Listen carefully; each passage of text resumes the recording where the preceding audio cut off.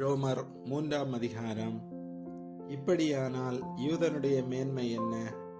விருத்த சேதனத்தினாலே பிரயோஜனம் என்ன? அது எவ்விதத்திலும் மிகுதியாயிருக்கிறது. தேவனுடைய வாக்கியங்கள் அவர்களிடத்தில் ஒப்புவிக்கப்பட்டது விசேஷித்த மேன்மையாமே. சிலர் விசுவாசியாமற் போனாலும் என்ன?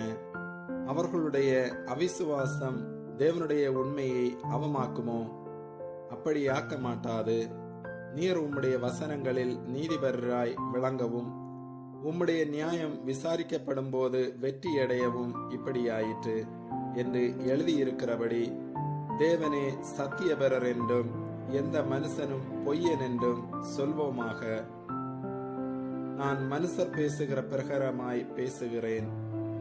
நம்முடைய அநீதி தேவனுடைய நீதியை விளங்க பண்ணினால் என்ன சொல்லுவோம்? கோபாக்கினியை செலுத்துகிற தேவன் அநீத